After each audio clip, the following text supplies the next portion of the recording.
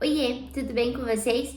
Hoje eu vou contar um pouquinho sobre a minha experiência com exames na hora de fechar o diagnóstico da esclerose múltipla. Se você não me conhece, eu sou a Beatriz Gianique, tenho esclerose múltipla há mais de 12 anos e trago frequentemente aqui no canal dicas sobre alimentação e também reflexões sobre a esclerose, a neuromielite óptica e também a anti-MOG. Bom, é muito comum eu falar bastante aqui sobre essas três doenças porque de cunho alimentar elas são muito similares no tratamento, mas elas são bastante diferentes na hora do diagnóstico e também na hora de se iniciar uma medicação, ok? Que fique muito claro isso aí. Bom, na esclerose múltipla a gente tem alguns critérios, né, para ser aí fechar um diagnóstico de esclerose. É claro que não é da minha competência vir aqui trazer esses processos e o que precisa ser feito, quais são os requisitos, porque isso é competência médica, ok? Mas eu vou contar um pouquinho de como foi a minha experiência e quais exames eu tive que fazer para que isso acontecesse. Na minha primeira internação, então, eu tava com uma paralisia em todo o lado esquerdo, paralisia, perda de força, sensibilidade, temperatura, eu não sentia nada do lado esquerdo, né?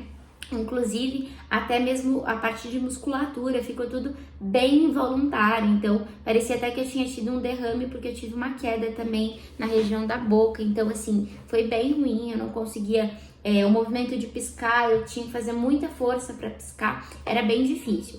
Então, na minha primeira internação, o que eu fiz, óbvio, né, foram 3 ressonâncias e eu fiz uma tomo e depois 3 ressonâncias, porque aí eles foram avaliando de forma individual. Então eu fiz uma de crânio, uma de coluna, torácica e cervical, e a outra eu fiz de lombar e sacral, para eles conseguirem avaliar, né, como um todo.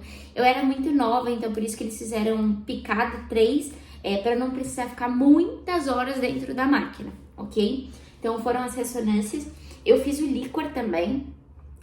O líquor geralmente você faz uma vez, mas eu tive que fazer 6 vezes, porque toda vez que eu fazia o líquor dava alguma doença diferente. Então é muito comum uma doença mascarar a outra, né? E é comum dar esses falsos positivos. Porém, desde o primeiro que eu fiz já deu a esclerose, mas dava junto doenças nada a ver e outras doenças autoimunes. E a gente sabe que um dos critérios para fechar o diagnóstico da esclerose é que você já tem que ter descartado todas as outras hipóteses. Então, por isso que toda vez eu tinha que fazer o líquor de novo. Mas isso não é comum, tá, gente? É um exame super chato, dói demais e não é padrão fazer, não. Eu, inclusive, sou uma das poucas pessoas que eu conheço que tive que fazer mais de 2 vezes o líquor, tá bom? Então, só para que vocês entendam, tá? Eu precisei fazer esses exames e só com esses já foi, né, possível aí. Claro, eu fiz outros exames de sangue também, aqueles exames de FAM, né, enfim, justamente para descartar outras doenças autoimunes, doenças reumáticas, enfim, para ter esse descarte também. Além disso, eu fiz alguns testes físicos que também ajudaram, né, nesse processo de entender o surto e de avaliar o que estava acontecendo, mas basicamente para fechar eu fiz esses 3 tipos de exame: ressonância, o líquor e os exames de sangue para descartar outras doenças autoimunes. Se você, né, tem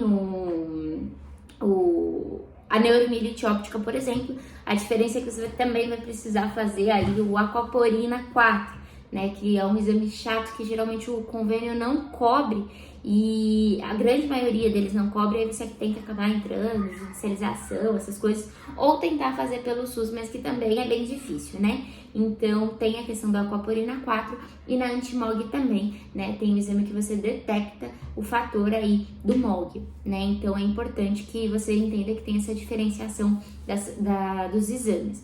Essa foi a minha experiência com os exames, porém cada um tem a sua individualidade. Tem gente que não faz líquor, tem gente que faz só o líquor. Então assim, a gente tem critérios e protocolos, porém, né, cada um é diagnosticado de uma forma. Então, isso é algo comum aí que a gente precisa levar em consideração. E muita gente fala, né, eu fui diagnosticado sem ter surto, então eu nunca tive surto, eu já tive surto. O surto é quando a gente tem uma lesão ativa ali, né, e aí acaba tendo esses sintomas que duram mais de 24 horas.